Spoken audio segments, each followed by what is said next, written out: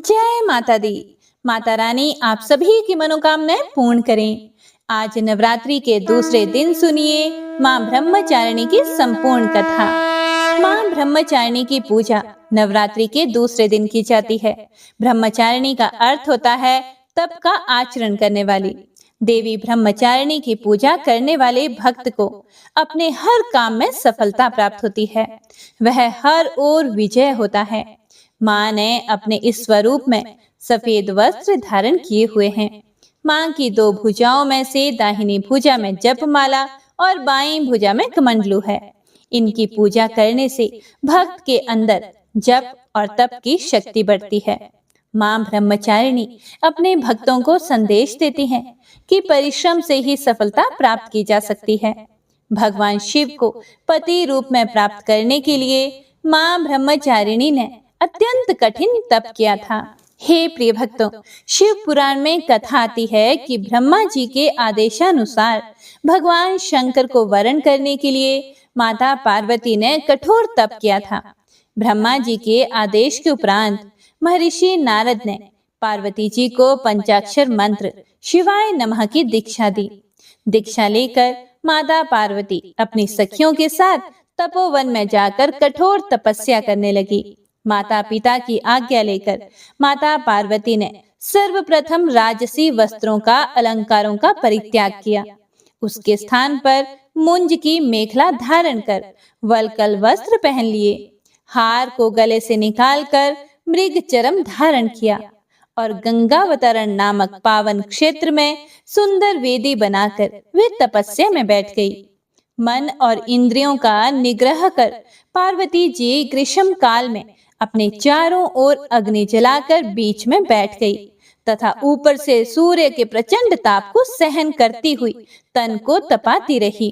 वर्षा काल में वे खुले आकाश के नीचे शिलाखंड पर बैठकर दिन रात जलधारा से शरीर को सींचती रही।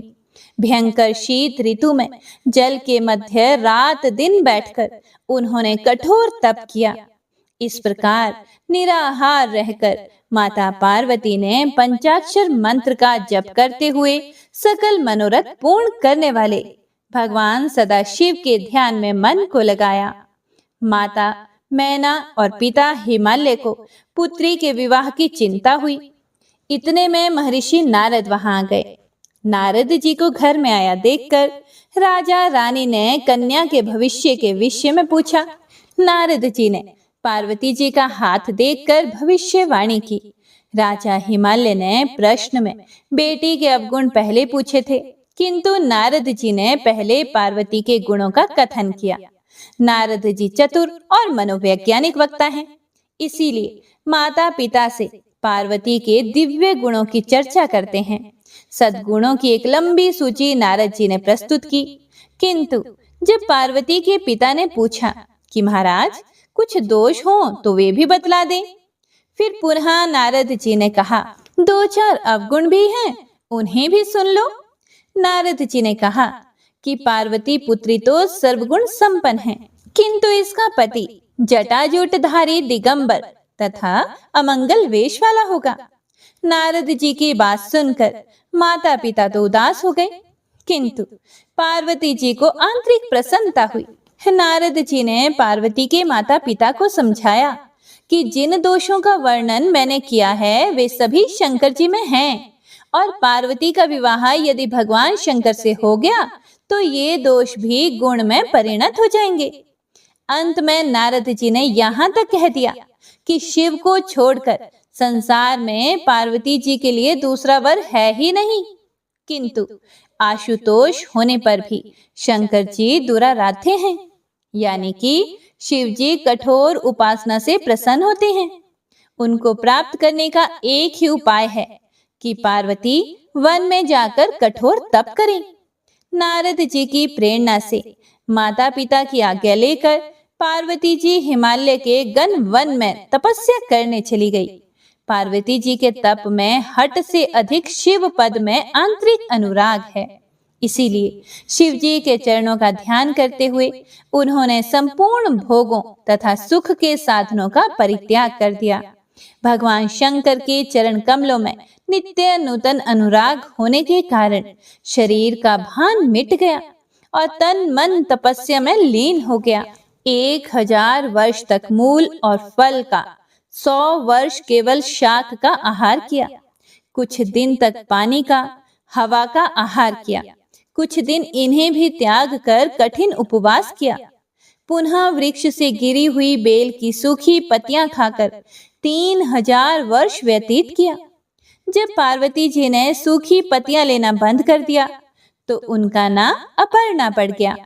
पार्वती जी को कठोर तपस्या की देखकर आकाशवाणी हुई कि हे देवी, तुम्हारे मनोरथ पूर्ण हो गए, अब तुम हट छोड़कर घर जाओ, भगवान शंकर तुमसे मिलने जल्दी आएंगे। इसके बाद एक दिन भगवान शिव ने देवी की तपस्या से प्रसन्न होकर उन्हें दर्शन दिए और उन्हें अपनी पत्नी के रूप में स्वीकार करने का वचन भी दिया। कठिन तपस्या में लीन होने के कारण और सभी प्रकार के सांसारिक सुखों का त्याग करने के कारण ही माँ के इस रूप की पूजा की जाती है। हे प्रिय भक्तगणों, अब आइए सुनते हैं माँ तारा रानी की कथा। एक समय की बात है, माँ भगवती को मानने वालों में से एक राजा स्पर्श भी थे। वो दिन रात उनकी पूजा अर्चना में लीन रहते थे। राजा को किसी भी चीज की कोई कमी नहीं थी, बस उन्हें बच्चे की ख्वाहिश थी। सालों से बच्चा न होने के कारण राजा कुछ निराश रहा करते थे। एक दिन राजा की भक्ति से खुश होकर माँ भगवती ने सपने में आकर उसे 2 बेटी होने का वरदान दिया। आशीर्वाद मिलने के कारण कुछ समय बाद राजा के घर एक बेटी पैदा हुई। बेटी पैदा होने की खुशी में राजा ने सबको दावत दी और बेटी की कुंडली बनवाने के लिए पंडितों को बुलाया। सबने राजा से एक ही बात कही कि यह तो साक्षात देवी का रूप है, जहां भी इसके कदम पड़ेंगे वहां खुशियां ही खुशियां होंगी, यह भगवती देवी की भक्तन होगी। इतना सब कहकर पंडितों ने लड़की का नाम तारा रख दिया। कुछ समय के बाद मंगलवार के दिन राजा के घर एक और बेटी पैदा हुई। ज्योतिषों ने उसकी भी कुंडली बनाई और उदास हो गए। राजा ने जब उनसे उदासी का कारण पूछा तो ज्योतिषों ने बताया कि ये लड़की आपके जीवन में खूब सारा दुख लेकर आएगी। राजा ने ज्योतिषों से पूछा कि आखिर मैंने ऐसे कौन से खराब कर्म किए थे कि इसने मेरे घर जन्म लिया है। फिर ज्योतिषों ने बताया कि आपकी दोनों बेटियां राजा इंद्र की अप्सराएं हुआ करती थी। इनमें से बड़ी बहन का नाम तारा और छोटी का रुकमन था। एक दिन ये दोनों मिलकर धरती की सैर करने के लिए गई। दोनों ने ही वहां पहुंचकर एकादशी के दिन का व्रत रखा। तारा ने अपनी छोटी बहन से कहा कि आज एकादशी का व्रत है, इसीलिए बाजार जाकर कुछ ताजे फल ले आओ, लेकिन हाँ ध्यान रखना आज एकादशी का व्रत है, कुछ खाना मत। रुकमन बाजार फल लेने के लिए चली गई। वहां उसे मछली के पकौड़े दिखे। उसने झट से उन्हें खा लिया और अपनी दीदी के लिए कुछ फल ले लिए। रुकमन से तारा ने पूछा कि तुम अपने लिए फल क्यों नहीं लाई? उसने जवाब दिया कि वो मछली के पकौड़े खा कर आई है। तारा ने गुस्से में कहा कि तुम तो बड़ी ही पापिन हो, एकादशी के दिन तुमने मछली खा ली। ऐसे खराब कर्म के लिए मैं तुम्हें छिपकली बनने का श्राप देती हूँ। अब उसी जंगल में तारा की बहन छिपकली बनकर रहने लगी। वहां एक जाने माने ऋषि गुरु गोरख भी अपने कुछ शिष्यों के साथ रहते थे। उनके शिष्यों में से एक बहुत ही घमंडी था। अपने घमंड के चलते वो शिष्य कमंडल में पानी भरकर एकांत में बैठकर तपस्या करने लगा। तभी एक प्यासी गाय वहां आ गई। उसने सीधे अपना मुंह उस कमंडल में डाला और पानी पी लिया। पानी पीने के बाद जैसे ही गाय अपना मुंह बाहर को निकालने लगी तो कमंडल नीचे गिर गया और ऋषि का ध्यान भंग हो गया। ऋषि ने देखा कि गाय सारा पानी पी गई। अब गुस्से में ऋषि ने गाय को एक चिमटे से पूरी तरह घायल कर दिया। इस बात की जानकारी जब गुरु गोरखनाथ को पड़ी तो वो तुरंत गाय को देखने के लिए गए। जैसे ही उन्होंने गाय की हालत देखी, वैसे ही अपने उस घमंडी शिष्य को आश्रम से बाहर निकाल दिया। कुछ दिनों के बाद गौ माता पर किए गए उस अत्याचार से होने वाले पाप को कम करने के लिए उन्होंने एक यज्ञ करवाया। इस यज्ञ के बारे में गाय को चिमटे से मारने वाले घमंडी शिष्य को भी पता चल गया। वो सीधे पक्षी का रूप धारण करके यज्ञ स्थल पर गया और भोजन में अपनी चोंच से मरा हुआ सांप डाल दिया। किसी को भी इस बात की खबर नहीं हुई, लेकिन ये सब होते हुए तारा से श्राप मिलने वाली छिपकली रुक्मन देख रही थी। उसके मन में हुआ कि इसे खाकर तो सारे ही लोग मर जाएंगे। हे प्रिय भक्तों, सबकी जान बचाने के लिए छिपकली बनी रुक्मन सभी लोगों के सामने भोजन पर गिर गई। लोगों ने छिपकली को खूब कोसा और बर्तन को खाली करने लगे। उसी समय भंडारा करने वालों को खाने में मरा हुआ सांप भी दिखा। तब कहीं जाकर सबको समझ में आया कि छिपकली सबकी जान बचाने के लिए जानबूझकर भोजन में गिरी थी। एक छिपकली होने के बावजूद भी इतने अच्छे विचार होने की वजह से यज्ञ में मौजूद सारे महत्वपूर्ण लोगों ने कहा कि हमें इस छिपकली की मुक्ति के लिए प्रार्थना करनी चाहिए। पंडित ने राजा को बताया कि सबकी प्रार्थना से ही वो छिपकली तीसरे जन्म में आप जैसे प्रतापी राजा के घर में बेटी के रूप में पैदा हुई है। वहीं तारा ने दूसरे जन्म तारामती के रूप में लिया और अयोध्या के राजा हरिश्चंद्र से विवाह किया। इतनी सब बातें कहने के बाद पंडितों ने राजा स्पर्श को रुक्मण को मारने की सलाह दी। इस बात पर राजा बोले, मैं किसी बेटी को कैसे मार सकता हूँ? ऐसा करना तो घोर पाप होगा। फिर ज्योतिषियों ने कहा कि एक संदूक में सोना चांदी लगवाकर उसके अंदर लड़की को रख देना और संदूक को पानी में बहा देना। उसमें लगा हुआ सोना चांदी देखकर लोग नदी से संदूक जरूर निकालेंगे और लड़की की जान बच जाएगी। राजा ने ज्योतिषियों ने जैसा बताया था ठीक वैसा ही किया। नदी में सोना चांदी जड़ा हुआ संदूक देखकर काशी के पास ही एक भंगी ने उसे बाहर निकाल लिया। उसके कोई बच्चा नहीं था, इसीलिए उसने संदूक के अंदर की लड़की को पालने का फैसला किया। उस कन्या को भंगी व उसकी पत्नी ने खूब प्यार से पाला और उसका नाम रुक्को रख दिया। बड़ी होते ही दोनों ने रुक्को की शादी करवा दी। रुक्को की सासू माँ तारामती और राजा हरिश्चंद्र के महल में साफ सफाई करने का काम किया करती थी। कुछ दिनों के बाद रुक्को की सासू माँ बीमार हो गई। उनकी जगह रुक्को वहां काम करने लगी। तारामती ने उसे देखा और पुराने जन्म के पुण्य के कारण उसे पहचान लिया और उससे कहा कि तुम मेरे साथ बैठ जाओ। रुक्को ने बोला कि नहीं, मैं तो भंगिन हूँ, इसीलिए आपके पास नहीं बैठ सकती। तब तारामती ने उसे बताया कि तुम पूर्व जन्म में मेरी ही बहन थी। तुमने एकादशी के व्रत के दिन मछली खा ली थी और मैंने तुम्हें दंड देते हुए छिपकली बना दिया था। अब तुम्हें दोबारा मनुष्य जन्म मिला है, तो इस जन्म में माँ वैष्णो की पूजा करके पुण्य कमा लो। माँ की पूजा से तुम्हारी सारी इच्छाएं भी पूर्ण होंगी। तारामती की इस बात को सुनने के बाद रुक्को माँ वैष्णो से एक बेटे के लिए प्रार्थना करती है और कहती है कि अगर उसकी मनोकामना पूरी हुई तो वो अपने घर में माँ वैष्णो देवी का पूजन और जागरण करवाएगी। हे प्रिय भक्तों, माँ वैष्णो देवी उसकी प्रार्थना सुन लेती हैं और उसे बेटा होता है। पुत्र की प्राप्ति के बाद रुक्को उसकी देखभाल और लाड दुलार में माँ वैष्णो देवी की पूजा करना भूल जाती है। ऐसा होते होते 5 साल बीत गए और फिर एक दिन उस बच्चे को चेचक यानी कि माता निकल आती है। बच्चे की ऐसी स्थिति देखकर परेशान रुक्को अपने पिछले जन्म की बहन तारामती के घर जाकर उन्हें इस समस्या के बारे में बताती है। तब तारामती ने पूछा कि तुमने माँ वैष्णो देवी की पूजा अर्चना में कोई गलती तो नहीं की? फिर रुक्को को याद आता है कि उसने तो माँ वैष्णो देवी का जागरण कराने का प्रण लिया था।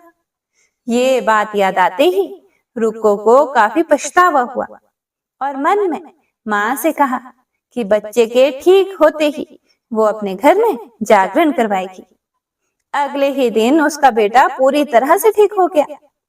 तभी रुक्को ने माता रानी के मंदिर जाकर पुजारियों को कहा कि मंगलवार के दिन घर में जागरण करवा दीजिए। रुक्को की बात सुनकर पंडित जी कहते हैं कि तुम यहीं पर 5 रुपए दे दो, तुम्हारे लिए हम मंदिर में ही जागरण करा देते हैं।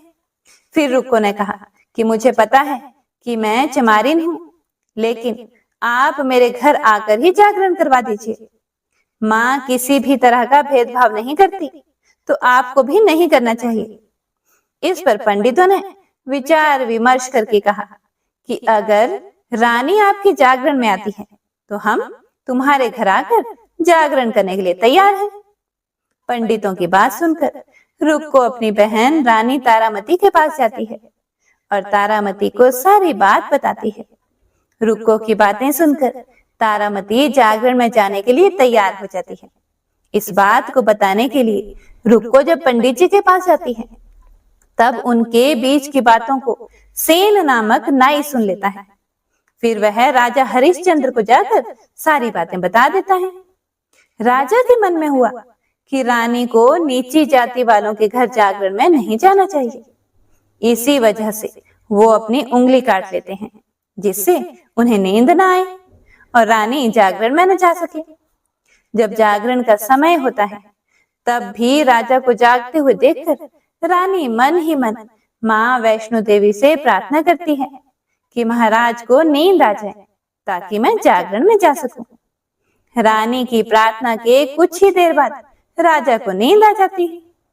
फिर रानी तारामती रोशनदान में रस्सी बांधकर महल से नीचे आकर रुक्को के घर चली जाती है।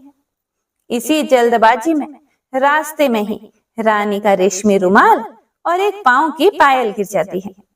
इधर कुछ ही समय के बाद राजा हरिश्चंद्र की नींद टूट जाती है। नींद खुलने पर रानी को अपने पास ना देखकर राजा उसकी तलाश में निकल जाते हैं। रानी को ढूंढते ढूंढते उन्हें रानी का रुमाल और पायल मिलती है। रानी की चीजों को अपने साथ लेकर राजा जागरण में पहुंच जाते हैं और एक जगह चुपचाप बैठकर जागरण सुनने लगते हैं। माँ वैष्णो देवी के जय जयकारे के साथ जागरण खत्म होता है और सभी को प्रसाद दिया जाता है। तब रानी अपने हिस्से के प्रसाद को झोली में डाल लेती है। रानी के ऐसा करने पर लोग उनसे पूछते हैं कि वो प्रसाद क्यों नहीं खा रही। अगर आप प्रसाद नहीं खाओगे तो हम जागरण में आए हुए लोग भी प्रसाद नहीं खाएंगे। तब रानी बोलती है कि वह प्रसाद राजा के लिए था, अब आप मुझे प्रसाद दीजिए। फिर अपने लिए प्रसाद लेकर रानी सबके सामने उसे खा लेती है। रानी के प्रसाद खाते ही जागरण में मौजूद सभी भक्तों ने भी प्रसाद खाया। उसके बाद रानी महल के लिए निकल जाती है। तभी रास्ते में ही राजा उन्हें रोककर पूछते हैं कि तुमने नीच जाति के घर प्रसाद खाकर खुद को अपवित्र कर लिया है। तुमने मेरे लिए भी प्रसाद रखा है, अब तुम उससे मुझे भी अपवित्र करना चाहती हो। अब मैं तुम्हें अपने महल नहीं लेकर जा सकता। यह बोलते हुए जब राजा रानी की झोली को देखता है, तब उन्हें प्रसाद की जगह गुलाब, चंपा जैसे अनेक फूल और कच्चा चावल व सुपारियां नजर आती हैं। इस चमत्कार को देखकर राजा बड़ा ही हैरान हो जाते हैं। फिर राजा चुपचाप रानी को अपने साथ लेकर महल पहुंच जाते हैं। वहां रानी बिना माचिस के ही माता रानी के सामने दीपक जलाकर राजा हरिश्चंद्र को और हैरान कर देती है। फिर रानी बोलती है कि माता के दर्शन करने के लिए बहुत बड़ा त्याग करना पड़ता है। इसके लिए आपको अपने बेटे रोहिताश्व की बलि देनी होगी, तभी माँ दुर्गा आपको साक्षात दर्शन देंगी। यह सुनकर राजा के मन में माँ के दर्शन की इच्छा होने लगी, जिसके लिए राजा अपने पुत्र की बलि दे देते हैं। बलि देने के बाद माँ दुर्गा शेर पर सवार होकर प्रकट हो जाती हैं। उन्हें देखकर राजा हरिश्चंद्र बहुत खुश होते हैं और माँ दुर्गा ने तुरंत राजा के बेटे को भी दोबारा जिंदा कर दिया। इस चमत्कार को देखकर राजा हरिश्चंद्र खुश हो गए। तभी राजा ने माँ की पूरी विधि से पूजा करके उनसे अपनी गलतियों के लिए माफी मांगी। माँ दुर्गा ने भी राजा को खुश रहने का आशीर्वाद दिया और उसके बाद अंतर ध्यान हो गई। तब राजा ने तारा रानी से कहा कि मैं बहुत खुश हूँ कि मुझे पत्नी के रूप में आप मिली हैं। फिर राजा हरिश्चंद्र, तारा रानी और रुक्मन तीनों अपनी मनुष्य योनि से छुटकारा पाकर देवलोक में चले जाते हैं। तो प्रेम से बोली माता रानी की जय। जय अम्बे माँ। ओम नमः शिवाय। नमो नमो दुर्गे सुख करनी, नमो नमो अम्बे दुख हरनी। निरंकार है ज्योति तुम्हारी, तीहूं लोक फैली उजियारी। शशि ललाट मुख महाविशाला, नेत्र लाल भ्रिकुटी विकराला। रूप मातु को अधिक सुहावे, दर्श करत जन अति सुख पावे। तुम संसार शक्ति लय की ना, पालन हेतु अन्न धन देना। अन्नपूर्णा हुई जगपाला, तुम ही आदि सुंदरी बाला।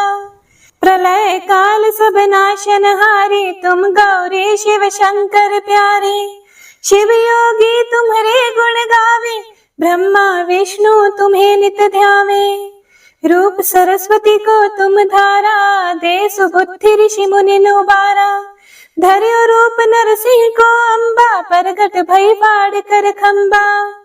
रक्षा करी प्रहलाद बचायो, हिरण्याक्ष को स्वर्ग पठायो। लक्ष्मी रूप धरो जग माही, श्री नारायण अंग समाही। शेर सिंधु में करत विलासा, दया सिंधु दीजे मन आसा। हिंगलाज में तुम्ही भवानी, महिमा अमित ना जात बखानी। मातंगी अरु धूमवती माता, भुवनेश्वरी बगला सुखदाता। श्री भैरव तारा जगतारिणी, छिन्न भाल भव दुख निवारिणी। केहरे वाहन सोह भवानी, लांगुर वीर चलत अगवानी। कर में खप्पर खड़ग विराजे, जाको देख काल डर भाजे। सोहे अस्त्र और त्रिशूला, जाते उठत शत्रु ही शूला। नगर कोट में तुम ही विराजत, तीहूं लोक में डंका बाजत। शुंभ निशुंभ दानव तुम मारे, रक्त बीज शंखन संहारे। महिषासुर नृपति अभिमानी, जेहि अघभार मही अकुलानी। रूप कराल कालिका धारा, सेन सहित तुम तिहि सहारा। परिगाड़ संतन पर जब जब, भय सहाय मातु तुम तब तब। अमरपुरी अरु बासवलोका, तब महिमा सब कहे अशोका। ज्वाला में है ज्योति तुम्हारी, तुम्हें सदा पूजे नर नारी। प्रेम भक्ति से जो यश गावे, दुख दारिद्र निकट नहीं आवे। ध्यावे तुम्हें जो नर मन लाए, जन्म मरण ताको छुट जाए। जोगी सुर मुनि कहत पुकारे, योग न हो बिन शक्ति तुम्हारे। शंकर आचार्य तप कीनो, काम क्रोध चित सब लेनो। निश दिन ध्यान धरो शंकर को, काहू काल नहीं सुमिरो तुमको। शक्ति रूप का मर्म ना पायो, शक्ति गई तब मन पछतायो। शरणागत हुई कीर्ति बखानी, जय जय जय जगदम्ब भवानी। भई प्रसन्न आदि जगदम्बा, दई शक्ति नहीं कीन विलंबा। मोको मातु कष्ट अति घेरो, तुम बिन कौन हरे दुख मेरो। आशा तृष्णा निपट सतावी, रिपु मूरख मोहि डर पावे। शत्रु नाश कीजे महारानी, सुमिरो एक चित तुम्हें भवानी। करो कृपा हे मातु दयाला, रिद्धि सिद्धि दई करहु निहाला। जब लगी ज्यों दया फल पाऊं, तुम्हरो यश में सदा सुनाऊं। दुर्गा चालीसा जो कोई गावे, सब सुख भोग परम पद पावे। देवी दास शरण निज जानी, करहु कृपा जगदम्ब भवानी। इति श्री दुर्गा चालीसा संपूर्ण। हे प्रिय भक्तों, उम्मीद करती हूँ आपको आज की कथाएं पसंद आई होंगी। पसंद आई हो तो लाइक करके कमेंट बॉक्स में जय माता दी जरूर लिखिएगा।